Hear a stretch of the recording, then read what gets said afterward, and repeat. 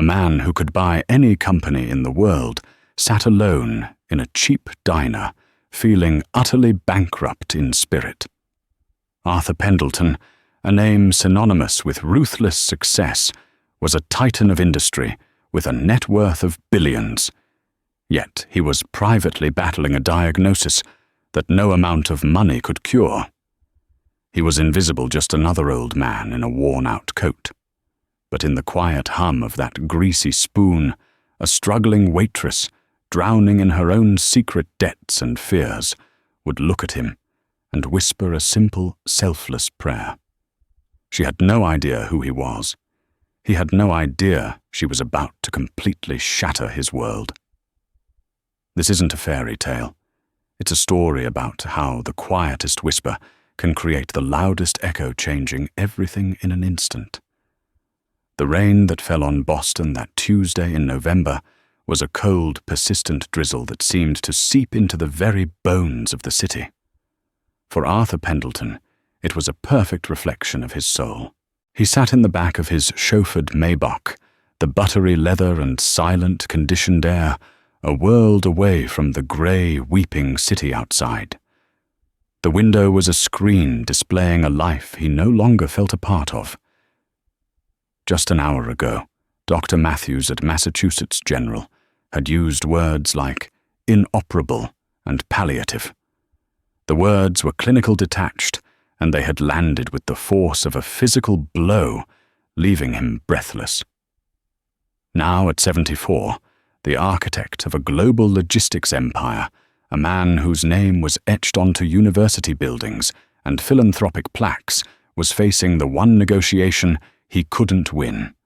He had conquered boardrooms, hostile takeovers, and market crashes. He had outmaneuvered rivals and built a legacy of steel and concrete. But he had no strategy for this. The empire felt like a hollow monument to a man who was already a ghost.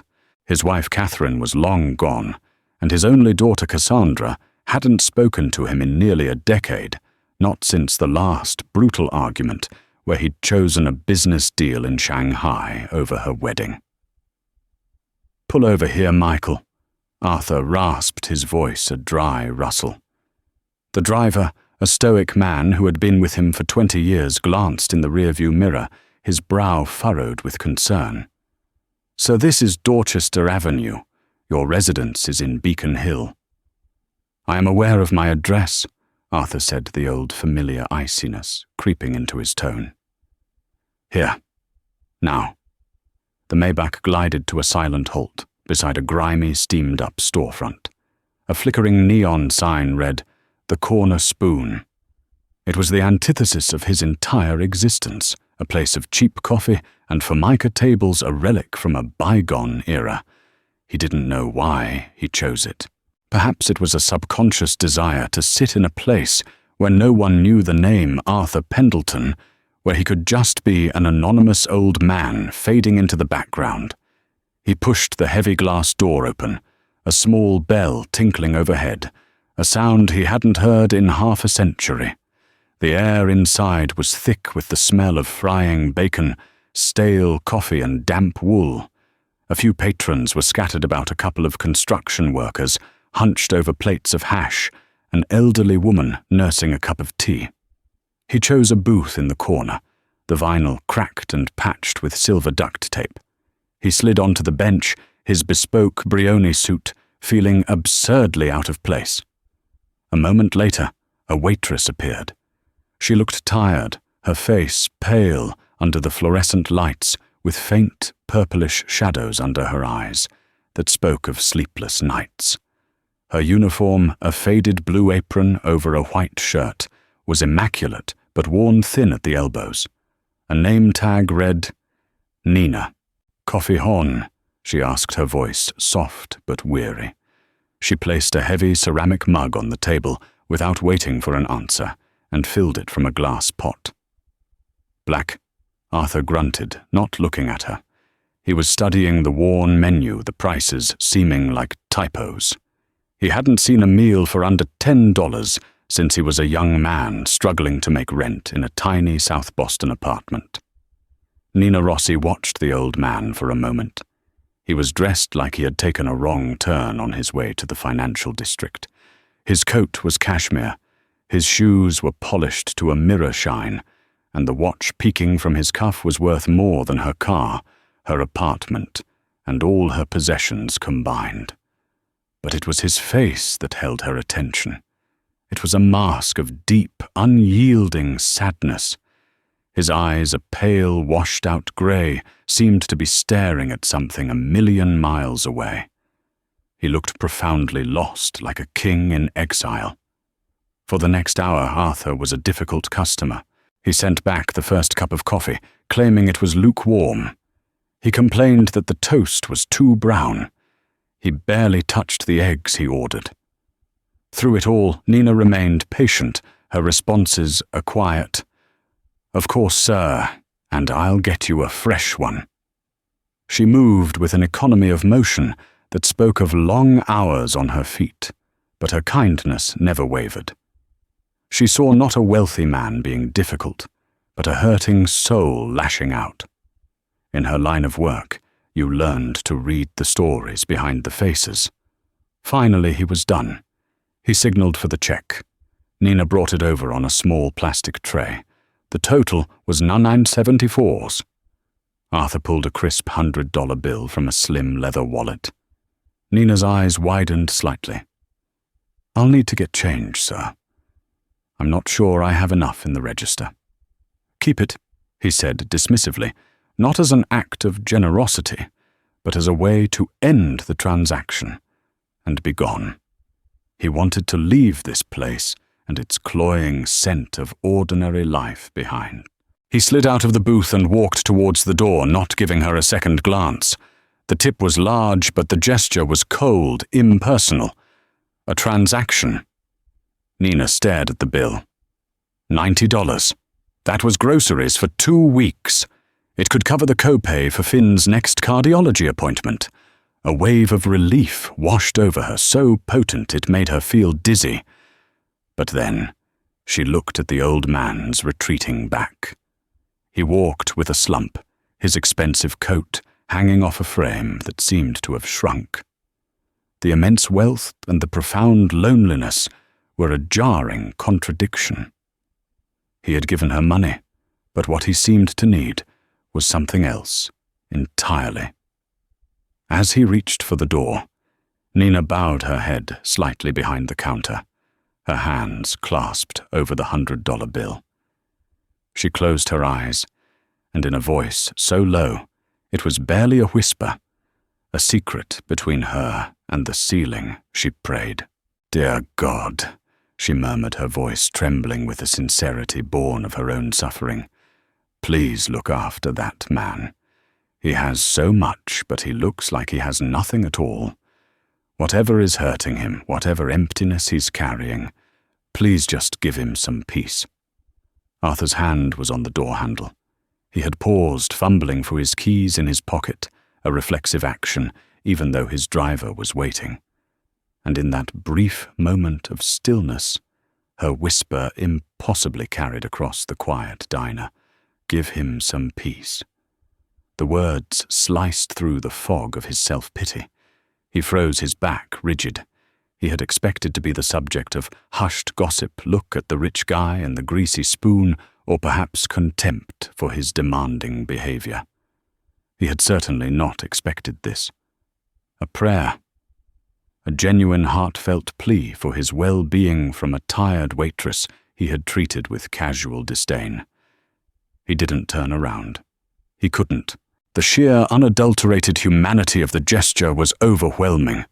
For decades, people had approached him with hands outstretched, their words dripping with flattery, their eyes filled with avarice. They wanted his money, his influence, his connections. No one had ever in his memory simply wanted him to have peace.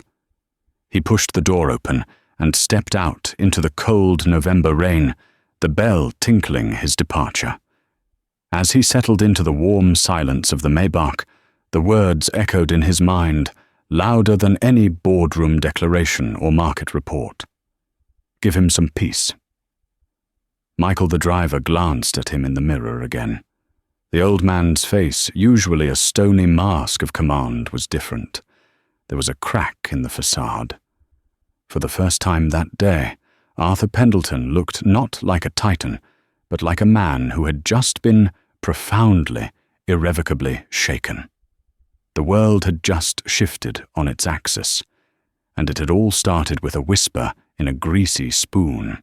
The following morning, the view from Arthur Pendleton's office on the 55th floor of Pendleton Tower was spectacular.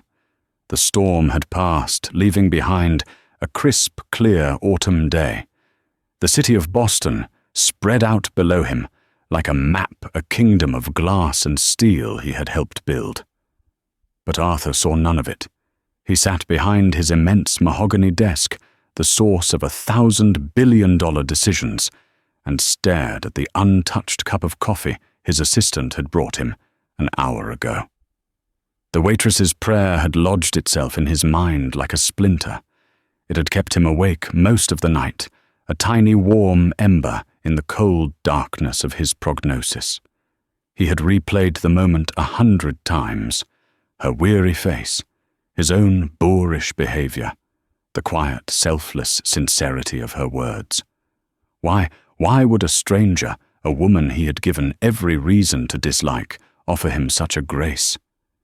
In his world, nothing was ever what it seemed. Every gesture had an angle, every kindness a price. He had built his empire on a foundation of healthy paranoia, on the principle of trusting no one, until they had been thoroughly vetted. Altruism in his experience was a myth, a pretty story people told themselves. Yet her prayer had felt pure, and that possibility terrified and fascinated him in equal measure. He had to know more. He had to understand the motive, because, if there wasn't one, his entire understanding of the world was flawed. He picked up the secure direct line phone on his desk that connected him to a very specific set of contacts. Davies. A gravelly voice answered on the first ring. Robert Davies was a man who existed in the shadows. A former Scotland Yard detective, he now ran an exclusive private intelligence agency in New York that catered to a clientele for whom discretion was paramount. He found missing heirs, investigated corporate espionage, and performed background checks so thorough they could tell you a person's favorite childhood pet. Arthur had used his services a handful of times over the years, always for business. This was different. "Arthur Pendleton," Arthur said. "Mr. Pendleton, it's been a while. A competitor trying to poach your top talent again." Davies's tone was dry professional. "No, something personal." Arthur replied, the words feeling foreign in his mouth. "I need information on a woman. Her name is Nina Rossi. She works as a waitress at a diner called The Corner Spoon on Dorchester Avenue." There was a brief pause on the other end of the line. Arthur could almost hear Davies recalibrating his assumptions. This wasn't a C-suite executive or a rival billionaire. This was a waitress. "Understood," Davies said, his voice betraying no surprise. "What level of inquiry are we talking about? Standard background check, financials, surveillance?" "Everything," Arthur said, his voice low and firm. "I want to know everything about her. Where she lives, her family, her financial situation, her history. I want to know what she dreams about at night and what she's afraid of when she wakes up. But Robert," Arthur added, his tone sharpening, "this is to be conducted with absolute surgical discretion. She is not to know she is being observed. No one is to contact her. No one is to disrupt her life in any way. Is that understood?" "Perfectly, Mr. Pendleton. Consider it done." For the next 48 hours, Arthur went through the motions of his life. He attended board meetings, his mind a million miles away. He reviewed quarterly reports, the numbers blurring into meaningless symbols. He was waiting. The entire weight of his global enterprise felt insignificant compared to the dossier he knew was being compiled on a single ordinary woman. On Friday afternoon, a secured encrypted email landed in his private inbox. The subject line was simply, "NR file." Arthur dismissed his assistant for the day, locked his office door, and opened it. The report was thorough, concise, and utterly devastating. Subject Nina Rossi, age 32, address 12B Miller Street, Apt 4, Roxbury, 2-bedroom rent-controlled apartment, marital status widowed, husband Marco Rossi. A firefighter died in a warehouse fire 3 years ago. No life insurance. Employment waitress. The corner spoon. 4 years full-time. Previously, a part-time receptionist at a dental office. Income is approximately $38,000 a year, including tips. Financials savings account, 412 or 78 tartos. Checking account currently overdrawn by $34.15. Significant medical debt amounting to $112,450 currently in collections with multiple agencies. Credit score is abysmal. Associates limited social circle. Close relationship with her landlady, a Mrs. Gable. No romantic interests noted. Arthur scrolled down, his heart growing heavier with each line. The picture painted was one of quiet, relentless struggle. A woman holding on by a thread, but it was the next section that made him stop breathing. Dependents, 1 son, Finnegan Finn Rossi, age 7. Attached was a grainy long-lens photograph of Nina pushing a small pale boy on a swing in a run-down local park. The boy was smiling, but he was thin, and there was a bluish tint to his lips that even the poor quality of the photo couldn't hide. Medical addendum. Finnegan Rossi, diagnosed at age 4 with a complex congenital heart defect, tetralogy of Fallot, with pulmonary atresia. Has undergone 3 palliative surgeries to date at Boston Children's Hospital. His condition has recently deteriorated.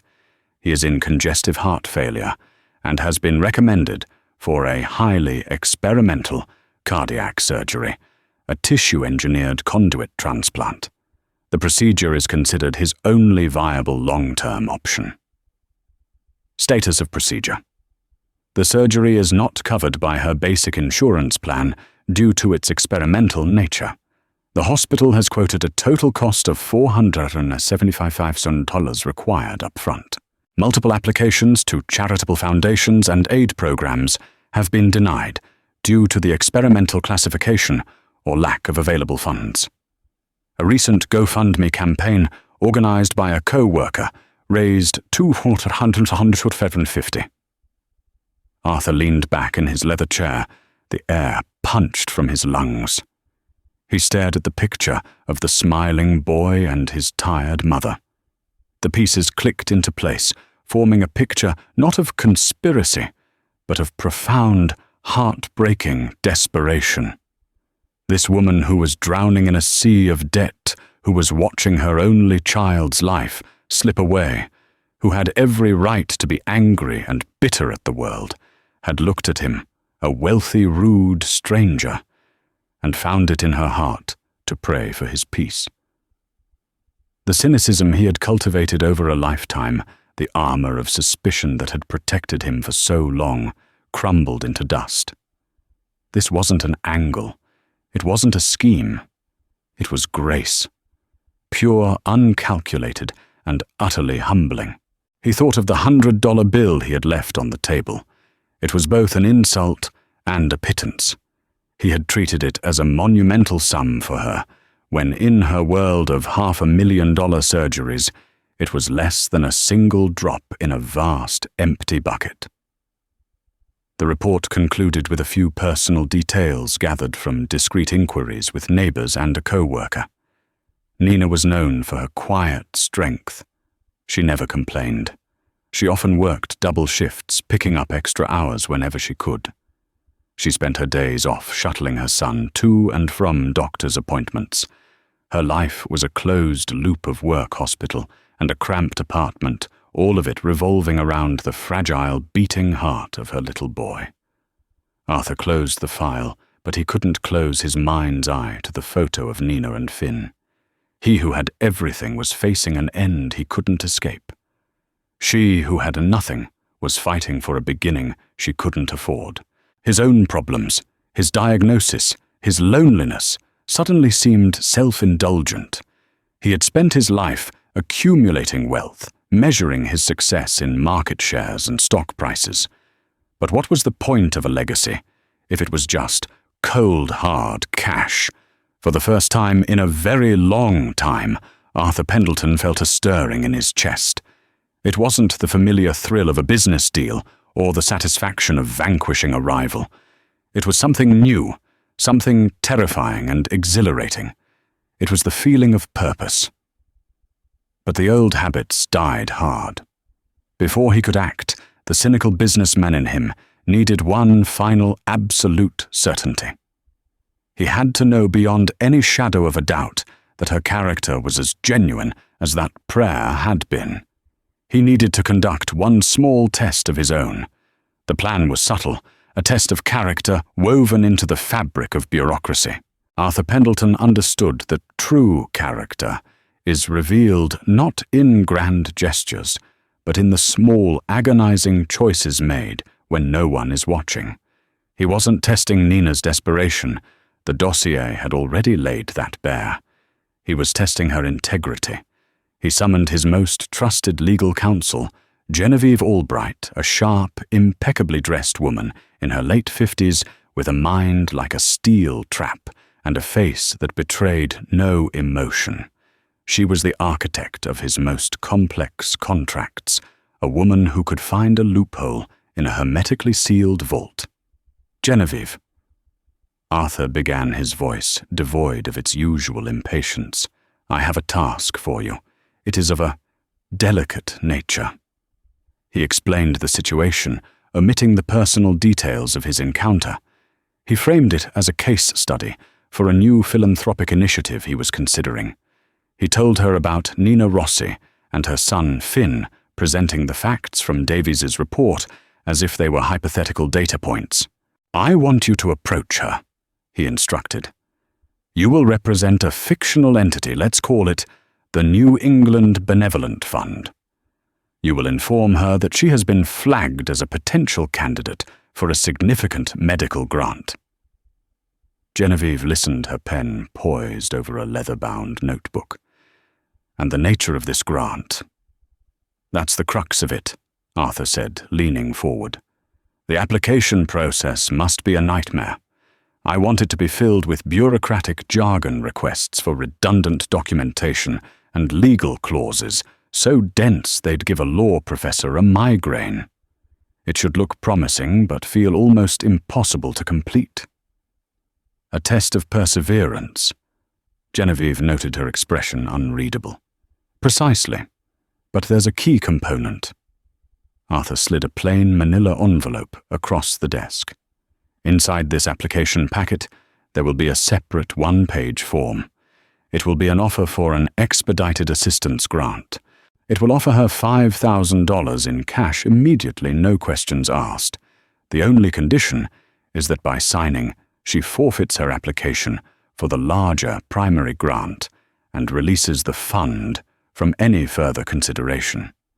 She can have a small guaranteed sum now, or she can embark on a long, arduous process for a much larger, uncertain reward. Genevieve nodded slowly, understanding the diabolical elegance of the test. It was a choice between immediate relief and enduring hope. For a woman overdrawn at the bank and facing a mountain of debt, $5,000 would be a lifeline. It could fix her car, pay the rent for months, and provide a desperately needed cushion. It was bait, and Arthur needed to know if she would take it. I will require a suitable location to observe this interaction, Arthur added, discreetly. 2 days later, Nina was in the middle of a frantic lunch rush at the Corner Spoon. The diner was packed, the air filled with the clatter of plates and the cacophony of conversations. She was juggling 3 tables, refilling coffees, and taking orders, her mind a constant whirring calculator of tips versus bills. Finn had a specialist appointment the next day, and the bus fare alone was a source of anxiety. Just as she dropped off a check at one table, a woman at another table, one she hadn't seated, caught her eye. The woman was the epitome of downtown Boston affluence. Her grey suit was impeccably tailored, her silver hair styled in a severe but elegant bob. She had been nursing a single cup of tea for the past half hour, observing the controlled chaos of the diner with an unnerving calm. She beckoned Nina over. "Excuse me," the woman said, her voice crisp and professional. "Are you Nina Rossi?" Nina's heart skipped a beat. In her experience, strangers who knew her full name were usually debt collectors. "Yes. Can I help you?" "My name is Genevieve Albright," the woman said, extending a business card. "I represent the New England Benevolent Fund. Your son's case was brought to our attention by a social worker at Boston Children's. We identify families facing extraordinary medical circumstances. May I have a moment of your time?" Nina was stunned, a flicker of bewildered hope igniting in her chest. She glanced around the bustling diner. I'm in the middle of my shift." "Of course," Genevieve said smoothly. "Perhaps you have a break coming up." 20 minutes later, they were seated in the same corner booth where Arthur had sat just days before. Across the street, parked in an unassuming black sedan, Arthur Pendleton watched through a pair of powerful, stabilized binoculars, his heart pounding against his ribs like a trapped bird. Genevieve laid the thick manila envelope on the table. "As I said, Ms. Rossi, our fund seeks to provide substantial support. The grant you could be eligible for would cover the entire cost of your son's proposed surgery and post-operative care." Nina's hand flew to her mouth, her eyes welling with tears. The words were ones she had dreamed of hearing, prayed for, in the darkest hours of the night. It felt unreal, like a mirage. I don't understand." "It's a competitive process. I must be clear." Genevieve continued, her tone matter of fact. "The application is extensive. We require a great deal of documentation, medical records, financial histories, personal statements. It will take time and considerable effort." She slid the thick packet of papers out of the envelope. Nina looked at the dense blocks of text, the complex forms, and her hope faltered. It looked like a tax audit. How could she possibly find the time to complete this while working and caring for Finn? Then Genevieve pulled out the single separate sheet. "However, our fund also recognizes the need for immediate assistance. This is an alternative. It's an offer for an expedited grant. $5,000. We can have the funds wired to your account within the hour. All you need to do is sign here. The only stipulation, as you can see in the text, is that it closes your case with us. You would no longer be eligible for the larger surgical grant." Nina stared at the paper. $5,000. The number danced in front of her eyes. It was a magic wand. It meant no more calls from collection agencies. It meant buying Finn the new orthopedic sneakers he needed. It meant not having to choose between medicine and food. The relief it offered was so immediate, so tangible she could almost taste it. Her hand trembled as she reached for the pen Genevieve offered. From across the street, Arthur watched his knuckles white as he gripped the binoculars. This was the moment, the fulcrum on which everything balanced. He felt a cold dread creep into his stomach. He had seen the greed in men worth 10 figures. How could he expect this struggling woman to resist? He had set her up to fail, and the thought now filled him with self-loathing. Nina held the pen over the signature line. She looked at the form, then at the thick, intimidating application for the larger grant. She thought of Finn's labored breathing at night. She thought of the surgeon's gentle but firm words. This surgery is his only real chance at a normal life. $5,000 would make their life easier for a few months. It would be a bandage on a gaping wound. But it wouldn't save him. The larger grant, as daunting and uncertain as it was the only thing that could. It was hope. And giving up hope was a price she was not willing to pay. She put the pen down. She looked Genevieve Albright directly in the eye, her own gaze clear and steady, despite the tears shimmering there. "Thank you for this offer, Miss Albright. You have no idea how much I need this money. But my son's life isn't worth $5,000. It's worth everything. It's worth fighting for, no matter how hard it is." She pushed the single sheet of paper back across the table. "I'll take my chances with the main application," she said, her voice quiet but filled with a resolve that seemed to echo in the diner. Across the street, Arthur Pendleton lowered his binoculars. A single tear traced a path down his weathered cheek. He had his answer. The test was over.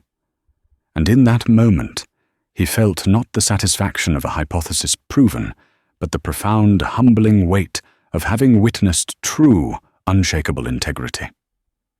Now it was his turn to act. The next day, Nina Rossi felt a renewed sense of purpose, mingled with a heavy dose of anxiety. The thick application packet sat on her small kitchen table like a final exam for her son's life. After her shift, she had stayed up until 2 a.m., sorting through medical bills and trying to decipher the complex legal language, her tired mind swimming in a sea of clauses and subsections. It was daunting, but for the first time in a long time, there was a path, however narrow and thorny. The lunch rush was just beginning to die down when the bell over the door of the corner spoon tinkled. Nina looked up from wiping down a counter and froze. It was him, the sad, wealthy old man from the other day. He was dressed differently this time. Instead of the severe suit and cashmere coat, he wore simple grey trousers, a soft wool sweater, and a plain tweed jacket. He looked less like a corporate raider and more like a retired professor. He walked directly to the same corner booth and sat down, his pale grey eyes finding hers across the room. Her heart hammered against her ribs.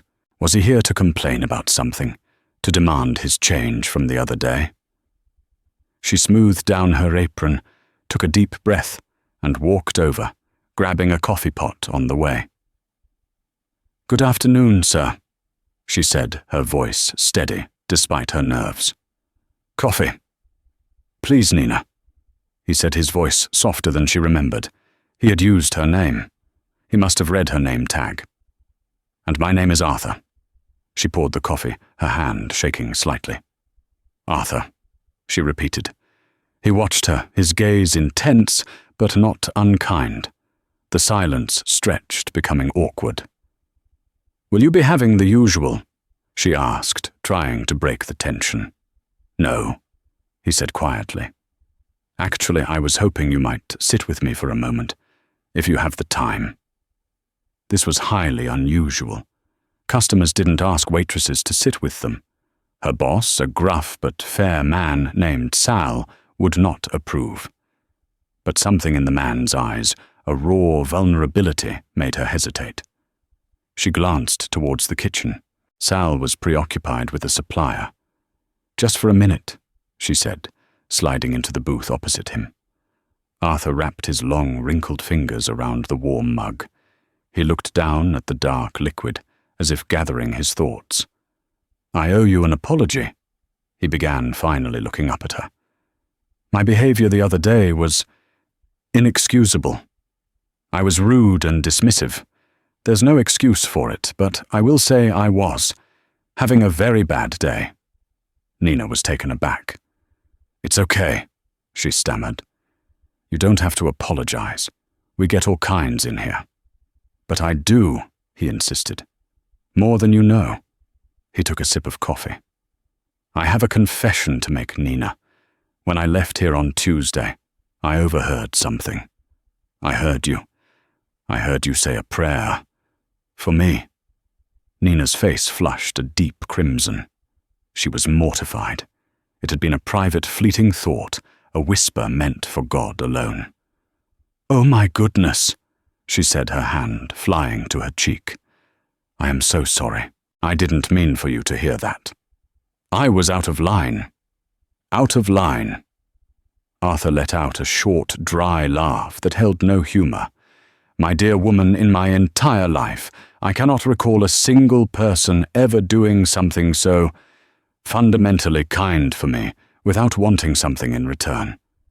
Your prayer, it has been occupying my thoughts ever since." He paused, his gaze unwavering. "So much so that I did something that you may find unforgivable. I had you investigated." Nina's blush vanished, replaced by a pale shock. "You what?" "I hired a man to find out who you were." Arthur continued, his voice heavy with contrition. "I couldn't comprehend your motive. I've spent a lifetime assuming the worst in people because, frankly, they've usually proven me right. I had to understand." Nina felt a cold knot of fear and violation tighten in her stomach. This man had pried into her life, her privacy. "Why are you telling me this?" she asked, her voice trembling. "Because the investigation led me to the truth," he said. "It led me to your son, Finn, and to his condition." He saw the flash of panic and anger in her eyes, and held up a hand. "Which then led me to do something else, I must confess. The New England Benevolent Fund, Ms. Genevieve Albright." The blood drained from Nina's face as understanding dawned. "That was you," she whispered, horrified. "That was a test." "Yes," Arthur said, his own face etched with shame. "It was a cruel and cynical thing to do, and I will spend the rest of my life regretting the necessity I felt in doing it. I offered you a shortcut, a small sum of money to test your integrity. I fully expected you to take it. I wanted you to, in a way. It would have reaffirmed my worldview that everyone has a price." He leaned forward, his eyes shining with an emotion she couldn't quite name. "But you didn't, Nina. You refused it. In the face of unimaginable hardship, you chose hope over a quick fix. You chose your son's future over your own immediate comfort. You proved my entire life's philosophy wrong in the space of 5 minutes." Nina was speechless. She stared at him, a whirlwind of emotions, anger, confusion, shock, and a tiny, unbelievable spark of hope colliding within her. "My full name," the man said, "is Arthur Pendleton. I am the founder and chairman of Pendleton Global Holdings." The name hit her like a physical blow. Of course, Arthur Pendleton. She had seen the name on buildings in the business section of the paper. He was one of the wealthiest men in the country, a legendary reclusive figure. And he was sitting in her diner booth, confessing to her. "Ms. Albright is my personal attorney," he went on, his voice gaining strength. "The application she gave you is irrelevant. Please throw it away. The New England Benevolent Fund does not exist, but the money for Finn's surgery most certainly does." He reached into his tweed jacket and pulled out a long, crisp envelope. It was not a manila envelope filled with forms, but a clean white one bearing the Pendleton corporate letterhead. He slid it across the table. Nina looked at it, then back at him, her mind unable to process what was happening. "Inside that envelope," Arthur said gently, "is a letter of intent addressed to the Chief Administrator of Boston Children's Hospital.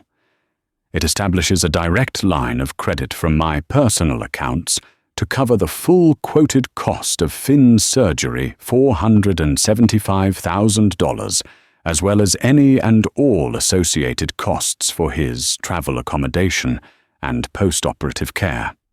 It also contains the personal contact information for the world's leading pediatric cardiac surgeon, Dr. Adrian Miles from the Cleveland Clinic. He's a friend. I called him last night. He is clearing his schedule and is prepared to fly to Boston to lead the surgical team as soon as the hospital can arrange it. Nina's hands trembled as she reached for the envelope. She opened it, her eyes scanning the formal text, the staggering numbers, the official letterhead. It was real. This wasn't a dream. But why? She finally managed to choke out tears streaming down her face, splashing onto the letter. Why would you do all this for a stranger? Arthur Pendleton reached across the table and placed his hand over hers. His skin was dry and cool, but his grip was firm. Because you did something for me first, he said, his voice thick with emotion. You prayed for my peace, for a man who had forgotten what the word even meant. You reminded me that there is still grace in this world. That's a debt that no amount of money can ever truly repay. He paused, looking at her with an expression of profound sincerity.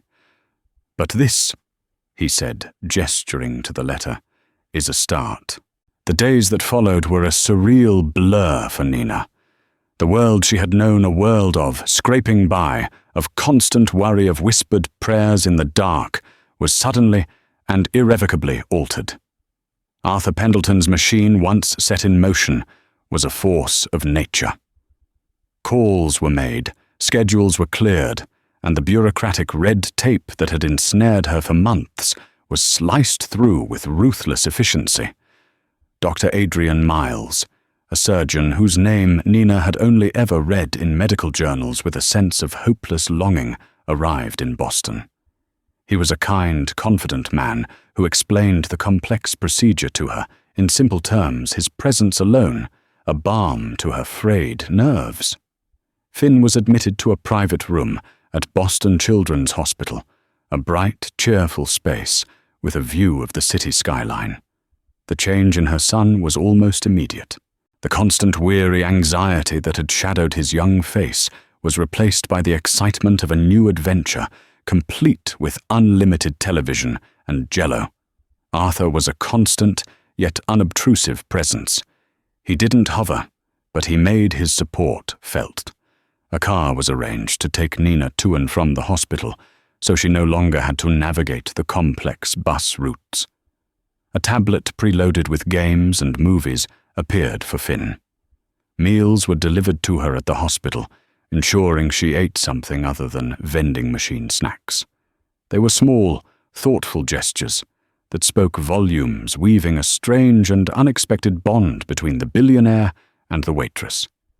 They spent hours talking in the quiet hospital cafeteria. Nina told him about her late husband, Marco, about their dreams of opening a small Italian bakery. Arthur in turn spoke of his own life with a candor he had never afforded anyone else. He spoke of his ambition, the sacrifices he'd made, and the cavernous loneliness that had become his constant companion.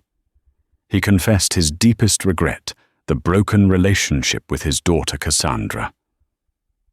I thought I was building a legacy for her, he said one afternoon, stirring a cup of tea he wouldn't drink. But all I did was build a wall between us, a wall made of money and time I never spent with her. The day of Finn's surgery arrived a cold, clear morning. Nina was a wreck, pacing the floor of the waiting room. Arthur sat with her, a silent, grounding presence. He didn't offer empty platitudes or reassurances. He simply sat, sharing the weight of her vigil. When Dr. Miles finally appeared hours later, his green scrubs dotted with sweat, but his face lit with a triumphant smile, Nina collapsed into a chair, sobbing with a relief so profound it was physically painful. The procedure was a complete success, the surgeon announced. The new conduit is functioning perfectly. He's a strong kid. He did beautifully. The next few days were filled with a quiet, miraculous joy. Nina watched as color returned to Finn's cheeks and lips. She listened to the steady, strong rhythm of his heart on the monitor, a sound more beautiful than any symphony. Finn, waking from the fog of anesthesia, was weak but happy, already asking when he could go home and play soccer. Arthur visited them in the recovery room. He brought Finn a meticulously detailed model of a cargo ship from the Pendleton Global Fleet. As Finn examined it with wide-eyed wonder, Arthur watched a genuine, unforced smile gracing his features. In the glow of the heart monitor, watching the small boy he had saved, the old billionaire looked for the first time at peace. It happened on the third day of Finn's recovery. Nina had stepped out to grab a coffee, leaving Arthur reading a story to Finn, his deep voice a soothing rumble in the quiet room. When she returned, she found a scene of chaos. 2 nurses were rushing into the room. Finn was sitting up in bed, his eyes wide with fear. Arthur was slumped over in the visitor's chair, his face a ghastly shade of grey. The book had fallen from his hands, lying splayed on the floor. "Get a crash cart in here," one of the nurses shouted, her voice sharp with urgency. "Code Blue Room or 412. I need a doctor in here now." Nina stood frozen in the doorway, the coffee cup slipping from her numb fingers and crashing to the floor. The sterile, controlled world of the hospital had suddenly turned into a nightmare. They swarmed around Arthur, shouting medical terms she didn't understand. They were checking his pulse, starting an IV, preparing defibrillator paddles. Her mind reeled. Arthur. In all the whirlwind of Finn's medical miracle, she had forgotten the catalyst for their meeting. She had forgotten the profound sadness in his eyes that first day, the weary slump of his shoulders. She remembered his vague words. "I was having a very bad day," the day he told her about his diagnosis. He had never spoken of it again, deflecting all her questions about his own health to focus entirely on Finn. Now his secret was brutally exposed under the harsh fluorescent lights of the pediatric ward. As they wheeled him out of the room on a gurney, an oxygen mask on his face, a young doctor pulled Nina aside. "Ma'am, were you with him?" the doctor asked gently. "Yes," Nina whispered, her voice barely audible. "He's a friend." "His heart just gave out," the doctor said, his expression grim. "A massive cardiac event. We're taking him to the ICU, but I need to be honest with you, it's very serious. Do you know if he has any family we can call family?" The word hung in the air. Nina thought of his confession about his estranged daughter Cassandra. He had given her son a future, and in the process, he may have just forfeited his own. A terrible, ironic twist of fate. The man who had fixed her son's broken heart was now fighting for his own.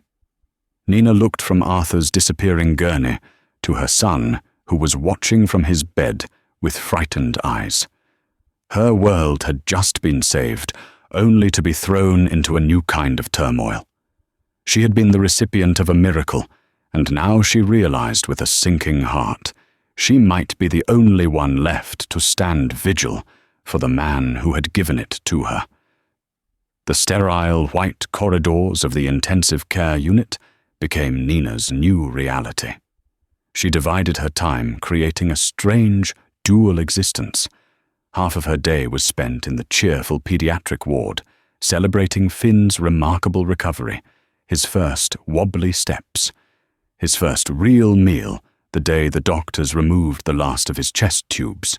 He was getting stronger, his laughter echoing in the hallway, a testament to the miracle Arthur had wrought. The other half of her day was spent in the solemn, hushed atmosphere of the ICU, sitting by Arthur's bedside. He lay motionless, entangled in a web of wires and tubes, the rhythmic beep of the machines, the only sound in the room. He was a frail shadow of the powerful man who had walked into her diner. The doctors were not optimistic. The cardiac event had done severe damage to a heart already weakened by an underlying condition he had kept hidden. His own wealth, which could summon the best medical minds in the world, was now powerless against a body that was simply giving up. Nina became his sole advocate, his next of kin by default. She spoke to the doctors, listened to their grim prognoses, and held his cool, unresponsive hand, talking to him for hours.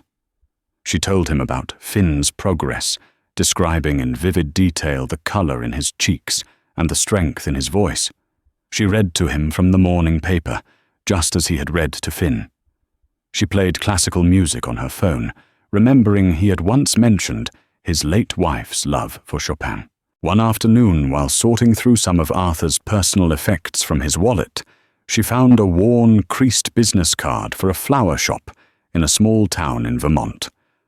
On the back, in faint, faded ink, was a name and number: Cassandra, his daughter, the one he had spoken of with such profound regret. Nina knew what she had to do. Her own fear of overstepping her bounds was eclipsed by the certainty that this was a call Arthur would want her to make. She stepped out into the hallway, her heart pounding, and dialed the number. A woman answered, her voice cautious. "May I ask who's calling?" "My name is Nina Rossi," she began, her voice trembling slightly. "I'm a friend of Arthur Pendleton. He's in the hospital. Massachusetts General. It's very serious."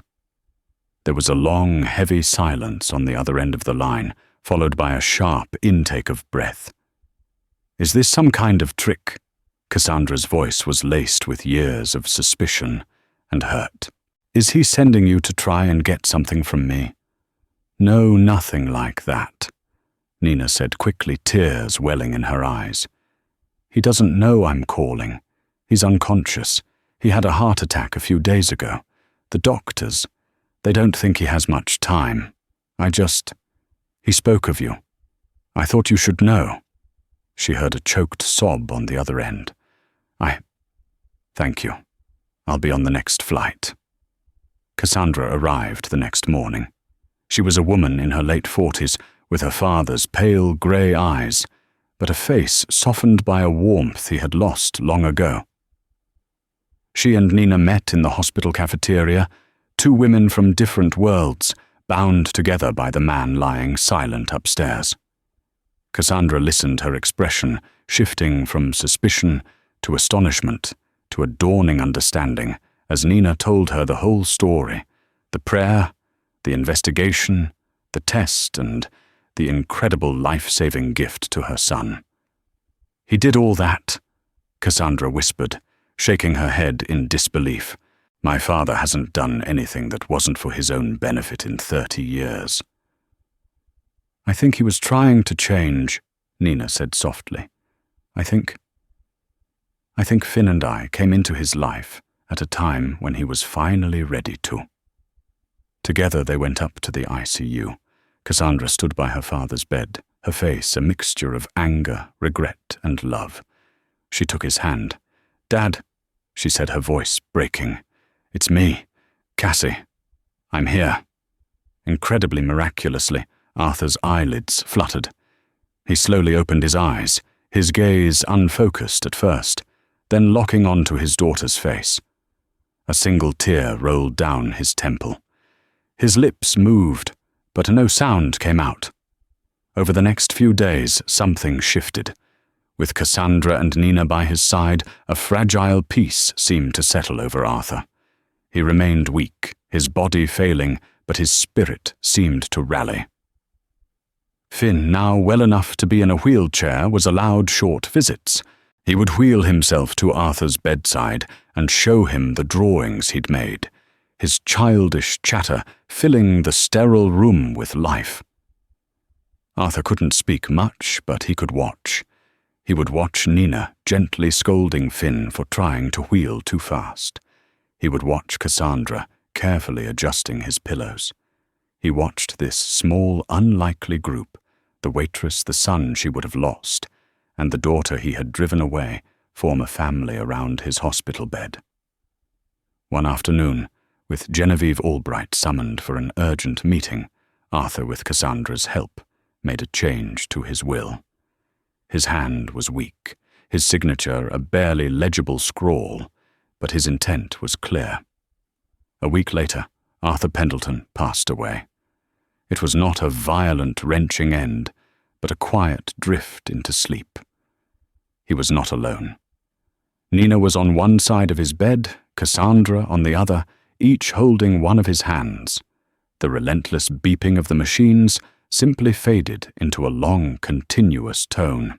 He had at last found his peace. The man who had lived a life of gilded isolation died surrounded by the warmth of a family he hadn't known he had until the very end. He had spent his life accumulating a fortune, but in his final days he discovered a different kind of wealth, one not measured in stocks or assets, but in the quiet, unconditional love of the people he had allowed into his walled-off heart.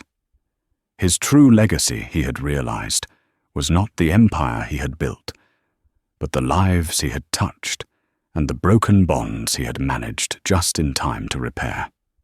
2 years later, the legacy of a quiet whisper filled a grand ballroom. The Finn Rossi Foundation for Pediatric Cardiac Research, established by Arthur Pendleton's final will and seeded with a $50 million endowment, was hosting its second annual gala. Its mission was profound: to fund groundbreaking surgeries and ensure no family had to choose between their child's life and financial ruin. At the podium stood Nina Rossi. The tired waitress was gone, replaced by a poised and passionate executive director. She looked out at the city's most influential figures and told them her story. It all started not with a checkbook, but with a prayer for a stranger in a diner.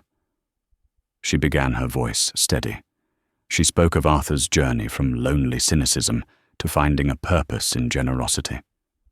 He taught me that true wealth isn't what you accumulate, but what you give away. This foundation is his peace, shared with the world. As she spoke, her son Finn, now a healthy and boisterous 9-year-old, chased another child near the stage, his laughter a testament to the foundation's work. At a front table, Arthur's daughter Cassandra sat beside an empty chair. She had become a dedicated board member and Nina's closest friend, helping to steer her father's true legacy. The foundation had already changed the lives of 17 other children, funding procedures once deemed impossibly expensive.